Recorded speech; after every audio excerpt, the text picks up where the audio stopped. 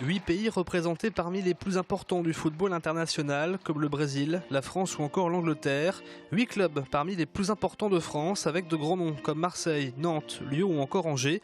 La réputation du mondial de Montaigu n'est plus à faire depuis longtemps et le public le sait. On y vient entre amis ou en famille pour admirer les futurs grands professionnels du ballon rond. Moi, ça fait 44 ans que je viens, depuis le début du tournoi.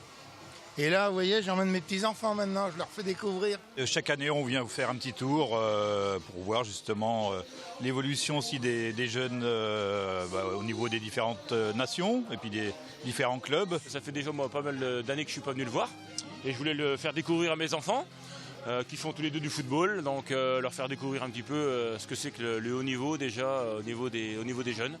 Ce mardi soir, les spectateurs n'ont pas été déçus. Pour son premier match, l'équipe de France s'est imposée 2-0 face à l'Irlande du Nord. Un bon début pour les Français dans une compétition très importante pour eux et qui est loin d'être terminée.